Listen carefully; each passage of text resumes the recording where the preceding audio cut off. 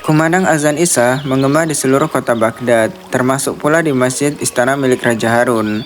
Beberapa saat kemudian, sholat Isya pun dimulai. Allahu Akbar, terdengar suara Raja Harun. Hampir setiap malam, Raja Harun selalu menjadi imam di masjid istana. Jemaah yang ikut sholat adalah menteri, para tamu istana, dan pengawal pribadi Raja. Selepas sholat Isya, Raja Harun al-Rasyid dan salah satu menterinya berbincang di serambi masjid. Wahai menteriku, aku ingin memperluas istana. Aku ingin istanaku menjadi yang termegah, tutur Raja Harun al-Rasyid. Istana ini sudah sangat megah baginda, saut sang menteri. Tapi ukurannya kecil. Aku ingin istanaku menjadi yang paling besar, kata Raja lagi. Raja Harun merenungkan keinginannya itu. Jika istana diperluas, maka harus ada bangunan yang dirobohkan. Salah satunya adalah masjid tersebut. Padahal, masjid itu merupakan masjid kebanggaan Raja Harun. Jika istana ini diperluas, masjid ini harus dirobohkan baginda, kata sang menteri. Tidak boleh.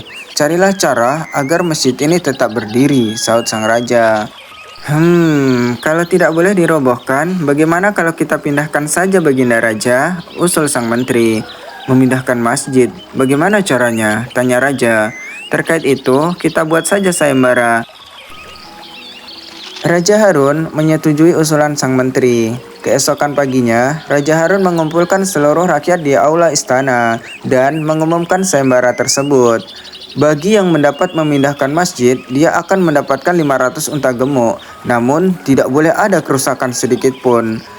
Keriuhan pun pecah. Mereka saling berbisik dan mengatakan kalau sayembara tersebut tidak masuk akal.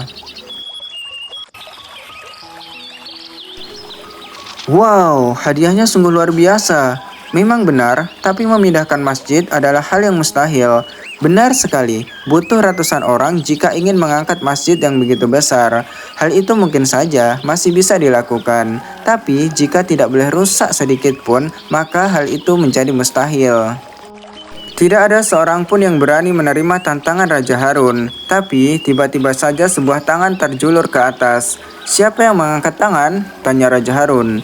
Sesaat kemudian, sesosok bayangan mulai menyeruak di antara kerumunan. Dia adalah Abu Nawas. Izinkan hamba sendirian yang memindahkan masjid itu, baginda. Semua orang tersentak mendengar ucapan Abu Nawas, termasuk Raja Harun al-Rasyid. Hahaha, kau sendirian? Dengan badan kecilmu itu, bahkan ratusan orang di sini pun tak ada yang berani mengangkatnya. Dia meragukan kemampuan Abu Nawas. Orang-orang juga ikut tertawa terbahak-bahak. Abu Nawas hanya tersenyum simpul menerima hinaan tersebut.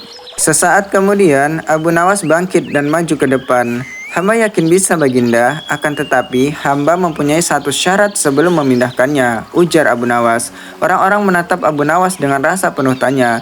Mereka semua bertanya-tanya, ulah apa lagi yang akan dilakukan oleh Abu Nawas? Dan ternyata baginda raja juga berpikir begitu. Aku yakin engkau pasti sedang merencanakan sesuatu, kata raja lagi. Baginda, saya hanya menyanggupi sayembara tersebut. Bukankah itu yang baginda harapkan? Ucap Abu Nawas. Raja Harun terlihat berpikir, dahinya berkerut sangat dalam. Dia yakin kalau Abu Nawas akan mempermainkannya lagi. Tapi dia juga tidak bisa melepaskan kemungkinan Abu Nawas berhasil memindahkan masjid tersebut. Raja Harun menghela nafas. Dia menyerah pada rasa penasarannya sendiri. Baiklah, apa syarat yang kamu ajukan? Tanya raja. Syaratnya adalah harus ada yang mengangkat masjid ini ke atas pundak hamba terlebih dahulu. Bukan hanya itu, masjid ini haruslah penuh dengan jamaah saat diangkat. Dengan banyaknya jamaah akan membuat masjid ini ringan untuk diangkat, pinta Abu Nawas.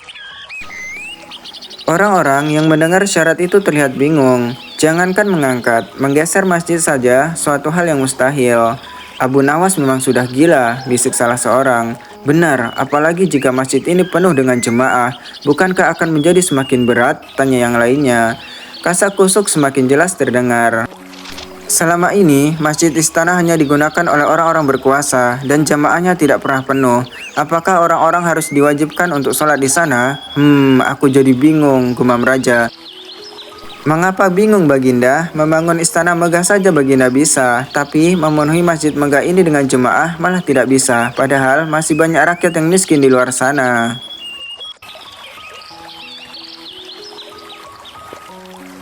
Raja Harun al-Rasyid tertegun. Selama ini dia hanya memikirkan pandangan orang lain akan kemegahan istananya. Tetapi dia tidak pernah memikirkan rakyatnya sendiri. Bahkan, masjid megah yang dia bangun hanya diisi oleh kalangan tertentu. Abu Nawas kembali berkata, dibandingkan memikirkan keindahan istana, akan lebih bijak jika Baginda mengutamakan kemakmuran rakyat terlebih dahulu. Bagaimana Baginda Raja? Apakah masih ingin memperluas istana? Tanya Abu Nawas sambil tersenyum. Ah, tidak, kuurungkan niatku untuk memperluas istana. Ada yang lebih penting dari itu semua. Kata-katamu membuat aku malu sebagai pemimpin negeri ini. Terima kasih sudah mengingatkanku, Abu Nawas, kata Raja Harun. Saya marah dan perluasan istana aku batalkan. Sebagai gantinya, minggu depan akan aku adakan pesta rakyat di negeri ini. Semua biaya akan kutanggung. Semua rakyat di sini juga boleh menggunakan masjid istana untuk beribadah. Janganlah sungkan, penuhilah masjid ini. Pengumuman raja ini disambut oleh sorakan yang meriah dari semua orang. Seminggu kemudian, pesta yang dijanjikan oleh Raja Harun pun dilaksanakan. Semua rakyat terlihat bahagia. Di tengah kebahagiaan itu, mereka tak lupa untuk beribadah sebagai salah satu wujud syukur. Masjid istana tak pernah lagi sepi oleh jemaah. Semua rakyat membaur di masjid tersebut. Sungguh nyaman sekali ya bisa sholat di masjid sebagus ini, kata salah satu jemaah. Iya, mereka semua merasa bahagia.